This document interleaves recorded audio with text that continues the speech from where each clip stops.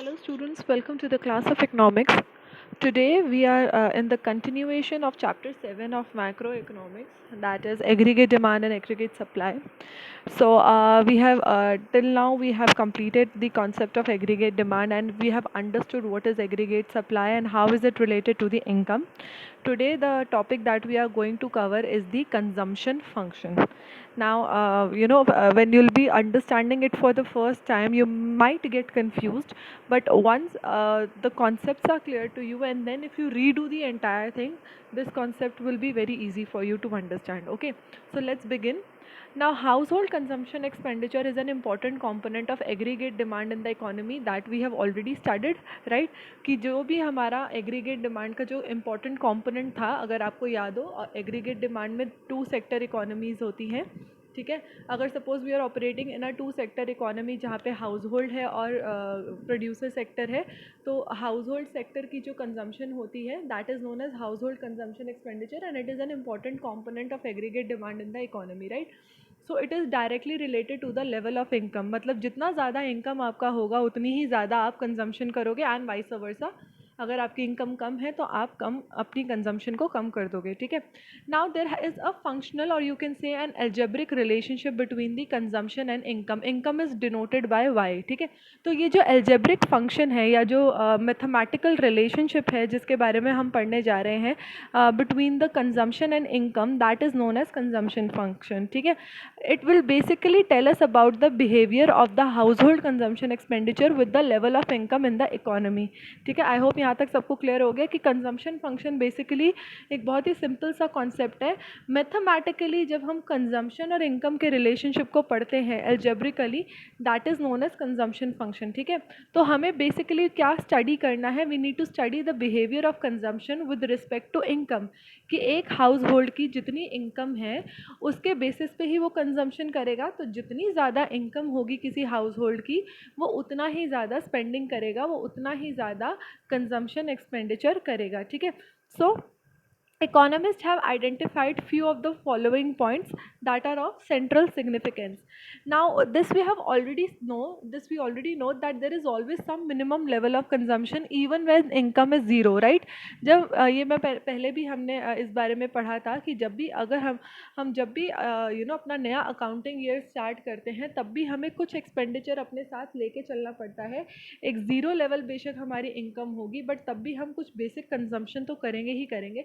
इस कंजम्पशन को हम ऑटोनॉमस कंजम्पशन कहते हैं. इसको ऑटोनॉमस कंजम्पशन इसलिए कहा जाता है क्योंकि it is free from income, right. It is not dependent on income. आपकी इनकम कितनी भी हो आप ये बेसिक एक्सपेंडिचर तो करोगे ही करोगे.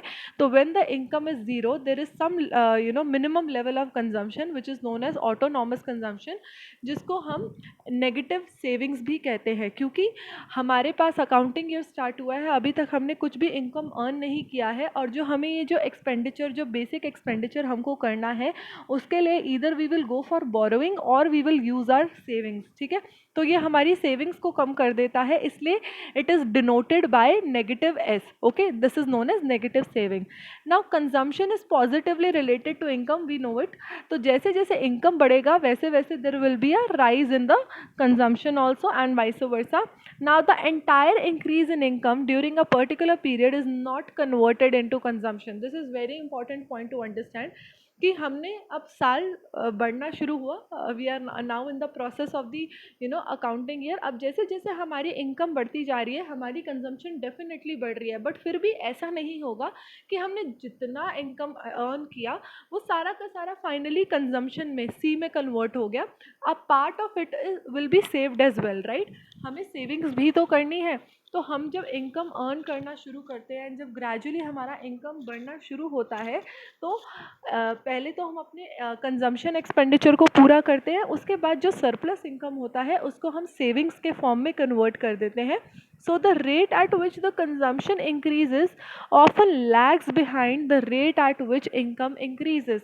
तो ये चीज़ क्लियर है कि जैसे जैसे इनकम बढ़ेगी वैसे वैसे कंजम्पशन बढ़ेगी, बट एक पॉइंट पे आने के बाद जितनी तेज़ी से इनकम बढ़ रही है उतनी तेज़ी से हम अपनी कंजम्पशन नहीं बढ़ाएंगे क्योंकि हमें कुछ इनकम को सेविंग्स में भी डालना है, ठीक है. So now this is a table which will present the consumption function for you. When the income is 0, the consumption is 20. This is negative savings, right? जिसे हम autonomous consumption भी कहते हैं. Now our income has started to rise. 0 से हमारी income जो है वो 50 हो गई है और हमारी consumption भी धीरे धीरे बढ़नी शुरू हो गई है. फिर हमारी income 100 हो गई और हमारी consumption भी 100 हो गई. Now our income is 150 but our consumption is still 140. So the difference of 10 has been converted to savings. ठीक है, तो हमने कुछ इनकम जो 150 में से हमने 140 तो कंज्यूम कर लिया, कंजम्पशन में डाल दिया, बाकी का जो 10 बचता है that will be our savings. ठीक है, तो ये ऑब्जर्वेशंस अगर हम नीचे पढ़ें तो इसमें इन्होंने यही एक्सप्लेन किया है. 20 is the minimum level of consumption. This is the level of C even when income is 0 and इसे ऑटोनॉमस कंजम्पशन कहा जाता है. Now C rises in response to the rise in income, so that C is positively related to income. Now if you see the diagrammatic presentation, हमारा income जो है वो constant है, वो बढ़ता जा रहा है 0, 50, 100 एंड 150. तो it is a point that is being started from origin और एक 45 डिग्री का एंगल बन रहा है क्योंकि there is a constant increase in income. ठीक है, बट हमारा कंजम्पशन भी जो है it is going upward. Why? Because consumption and income are positively related to each other. जैसे जैसे हमारा इनकम बढ़ता जा रहा है वैसे वैसे हमारा कंजम्पशन भी इंक्रीज होता जा रहा है. तो both the curves are going upward. ठीक है, तो rate at which the consumption is increasing is lower than the rate at which income increases. Thus while income increases each time by 50, C is being increasing by 40 only. तो ये जो difference है ना Y और C के बीच में, ये जो line में जो difference आ रहा है इस पोर्शन में, this is basically the savings. कि इनकम और कंजम्पशन दोनों साथ साथ बढ़ रहे हैं. कंजम्पशन का रेट ऑफ इंक्रीज है 50, सॉरी कंजम्पशन का रेट ऑफ इंक्रीज 40 है, 20, 60, 100 एंड 40. और इनकम का रेट ऑफ इंक्रीज जो है वो 50 है, 0, 50, 100 एंड 150. तो income is growing faster than consumption. और यहाँ पे ये जो डिफरेंस आ रहा है इनकम और कंजम्पशन के बीच का, that is known as savings. Okay, so the difference between y and c indicates the savings out of income. इसको इन्होंने ये डायग्रामेटिकली एक्सप्लेन किया है. डेटा सेट हमें गिवन है, हमें इनकम गिवन है, कंजम्पशन गिवन है. अब जब हम इनको प्लॉट करेंगे ग्राफ पे तो कुछ ऐसा सा ग्राफ बनकर आएगा जिस पॉइंट पे हमारा इनकम और कंजम्पशन जो है इक्वल हो जाता है. दैट इज़ पॉइंट 100, कि हमारी इनकम भी 100 है, हमारा कंजम्पशन भी 100 है. That point is known as break even point. उसके बाद हमारा इनकम जो है आगे बढ़ रहा है और कंजम्पशन भी बढ़ रहा है but at a slower rate, और वो जो डिफरेंस है that is known as savings. Okay, now इन्होंने इस फिगर को अब फर्दर इन्होंने एक्सप्लेन किया है जो आई थिंक हमें समझ में आ चुका है. Still let's just go through it quickly. Now consumption is measured on y axis, income is measured on x axis. A line is making a 45 degree angle and shooting from the origin, that is the line of reference. It indicates the equality between consumption and income. क्योंकि consumption और income जो है वो equal चल रहे हैं, तो ये जो कांस्टेंट लाइन जो 45 डिग्री से शूट हुई है that basically indicates the equality between the relationship of consumption and income. Now C represents consumption function which indicates the behavior of C with respect to Y. जैसे जैसे income बढ़ती जाएगी वैसे वैसे कंजम्पशन बढ़ता जाएगा. C line starts from 20, it is a minimum level of consumption जब हमारी इनकम जो है 0 है.